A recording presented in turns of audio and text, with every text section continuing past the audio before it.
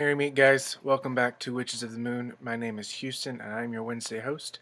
This week, week 20, we are talking about working with other magical beings. Now, this can be seen from two standpoints. This can be seen from working with other witches, because we all are magical in and of ourselves, or this can be seen as working with spirits and other magical entities.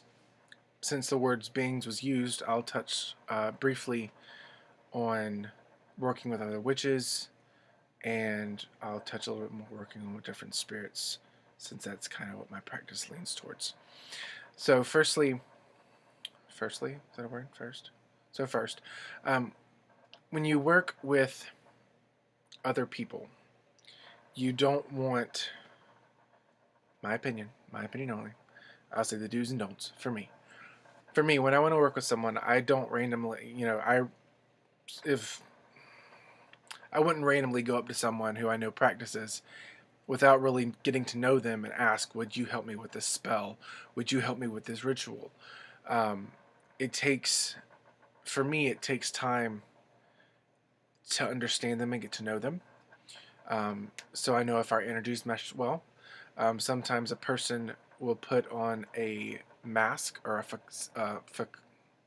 facade um, before, while you first meet them, and then when you get to know them, that mask and the barrier kind of breaks away, and you see their true person. You're like, ooh, I really don't want to work with you. I mean, you're cool as a person, but I don't want to work with you as a magical practitioner. There are a couple people like that I know. Um, they're cool people, but I don't want their energies in my magic. So my advice when you're wanting to work with other people is to get to know the people well. Don't If you don't know everyone in, I mean, if it's a celebratory thing with huge people, it's kind of really hard to get to know every single person in the bigger cities and gatherings and stuff like that. But if you're doing something small like sharing a spell or working a ritual or a full moon together, in a small group, I would recommend getting to know the people or getting to know the person that wants to do the reading, or not reading, but the working, who wants to do working with you. I would get to know them first, get to know what they like, how their energy is, and then go from there. That's my advice. Now, on the opposite side of working with other magical practitioners, there are other magical entities. There are many many entities in this expanding universe that we can work with and tap into their energies to bring into ritual, call on them during ritual. Um, some of them being the divine, the deities, some of them being our ancestors. Um, some of them things you may think that are funny and superstitious, but it's something that I believe in. I know this may sound weird, um, but I think working with other magical beings is a very enriching. This part won't sound weird. It's a very enriching and eye-opening opportunity if you ever want to do, want to further your practice in that. And I suggest before doing anything of the sort, before working with any of the magical beings that I'll list later on, um, that I have worked with and that are a part of my spirit family, which I'll touch on that later as well. Um, I suggest that you do your research. Get to know the entities or being that you're calling on. Um, get to know as much about them as you can. Um, whether they are a demon from the Lesser Keys of Solomon, or an archangel, or a deity, or a fairy, or a unicorn, or a dragon, or a vampire, or your ancestors. You still need to. I'm not saying that working with your ancestors could be dangerous, um, or can't be dangerous. Possibly could. It could be. It could be detrimental. You could have a ancestor that didn't like you in life, and you don't want to bring that energy into your workspace. It's just do your research. That's all I'm gonna say. Um, Now, as far as what I said earlier, my spirit family. If you haven't watched any of my previous videos on this channel or my personal channel, I'll link a video below that I did, I think, 2 seasons ago on our Choose a Topic week. I talked about me being a spirit keeper and what it meant for me and how it enriches my practice. I'm not really going to go too far in depth on this video because I talked a lot about it in that video. So I will tag the link below for that video in the description box, so you guys can check that out. But I do have my spirit family are those spirits that are bound to vessels or to myself, and they're bound so willingly. We enter a contract with each other, and they can leave whenever they want to. I don't bind them by force, or weren't bound by force. Truthfully, there's only one spirit that I bound myself. All the other ones I've collected through friends who I know who conjure, and a company called Creepy Hollows that does spirit work, a lot of spirit work stuff. They're an excellent site. CreepyHollows.com is an excellent site to gain information on different entities and different beings as well, of what they like and what they dislike. That's one of the most important things, I believe, because when you want to start working with a particular entity, let's say the Fae. Now the Fae are not the cutesy Disney type fairies. I mean, they can be, but a lot of them are not.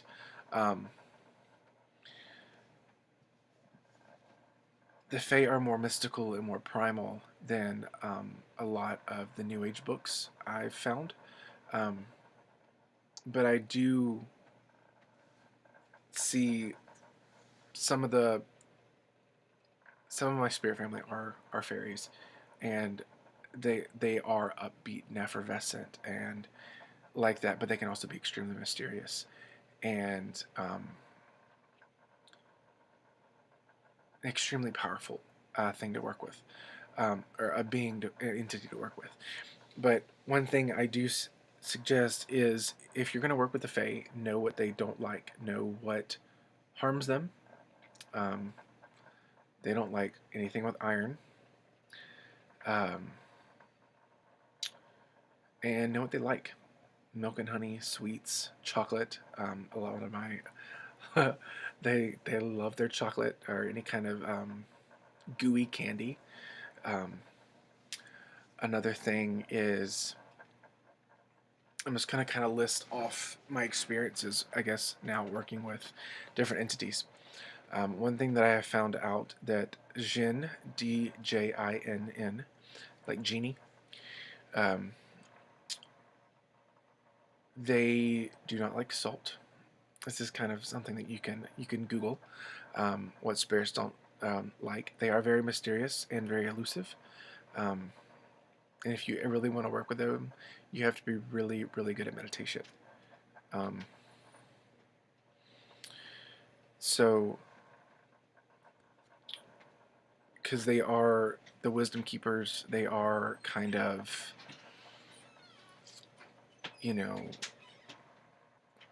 finding hidden treasure and stuff like that. That's kind of what the Jinn are. Now going forward, if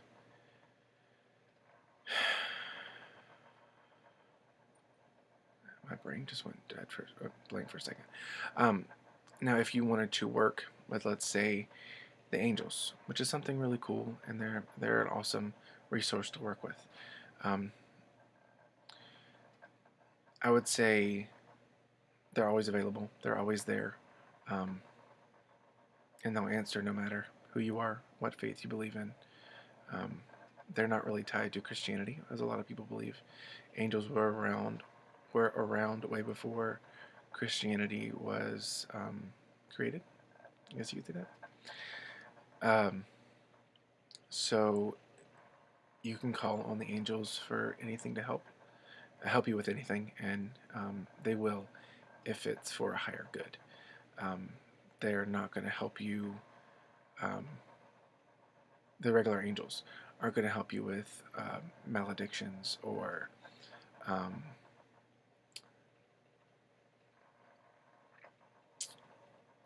breaking any type of laws or rules or anything like that. They're very strict. They're loving, but they're very strict in what they do and how they will help. They're a big um, component of free will. They're not. You can't go walk up to any angel or archangel and ask, "What's my destiny?" Um, or at least in my experience, you can't really ask them. You can. You can't ask them what's your life path, but you can ask them how do I get to it. What's your life's path, like what you should be doing, but you can't ask them for specific steps on how to get there. They won't give you that. They'll open doorways for you to do it, but they're not going to tell you how to do it.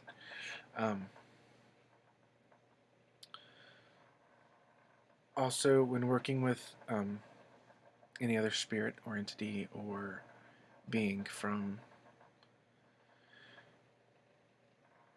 the astral plane, the physical plane, please be respectful.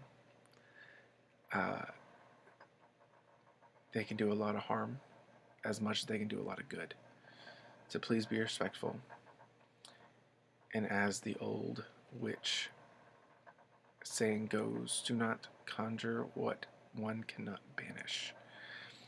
So always be aware of what you're doing, who you're calling in. I don't suggest, unless you know how to use it, unless you've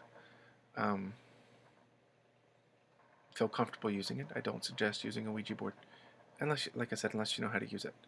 If you know how to use it properly, then by all means, use your tools properly. But be careful. There's always a word of caution, be careful.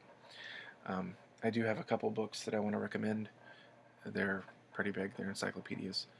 But they do help you understand the entities that you could be calling forth or you want to learn more about. So one of the first books that I have that I want to recommend, I think I've did a video on this on my channel, but it is the Encyclopedia of Spirits by Judica Isles. She wrote the 5,000 and 1,000 spell book, and yeah, it's pretty hefty. It's got a lot of interesting spirits and entities from all different cultures, and it tells you what they like, their stories, and all that stuff. It's amazing. If you're interested in magical creatures like dragons, unicorns, fairies, goblins, orcs, elves, and all that, amazing fun stuff. And I don't mean that in any derogatory term, because I think they are amazing to work with. I recommend this book. The HALLMAN Encyclopedia of Magical Creatures by John and Caitlin Matthews. This is a fantastic book. It's pretty huge. And it reads like an encyclopedia. It tells you kind of a little bit about the creature. It kind of gives you that starter, jumping point for you to go off and do some more research if you need be. In the next part, which I thought was kind of cool, I wanted to share this with you guys. This may sound really weird, but working with vampires, the Element Encyclopedia of Vampires, A to Z of the Undead by Teresa Chung. They are real in the astral. There are astral vampires, and some are friendly, some are not. They are fun to work with. But this isn't an encyclopedia to really on how to work with them. This is an encyclopedia of vampire culture and subculture. I know there are a couple of other YouTubers who have talked about, I guess, vampirism and mysticism. I know a Shira Star Goddess did a while back about psychic vampirism and vampirism and all that jazz. Um, there's a couple of the books like the Dictionary of Demons by Michelle Belanger. Um, there is the Book of Gargoyles by Oberon Zell Ravenheart. Um, there's tons of books on fairies. Um, I would just say before buying a book on the Fae, um, read the reviews and read. I don't want you to waste money on stuff that may not be helpful. And I mean, it may be helpful to you, but that's one reason why I haven't really bought a book on the Fae is because the reviews say it's a lot of fluffy bunny stuff, and the Fae are not. They're way beyond that. Have tons of books on the angels, um, the Necronomicon. There's spirits in there that you can work with. So there are tons of resources out there to work with different entities and different beings. All you have to do is go out and search for it. So with that, I bid you all a great week. And until next time, many blessings.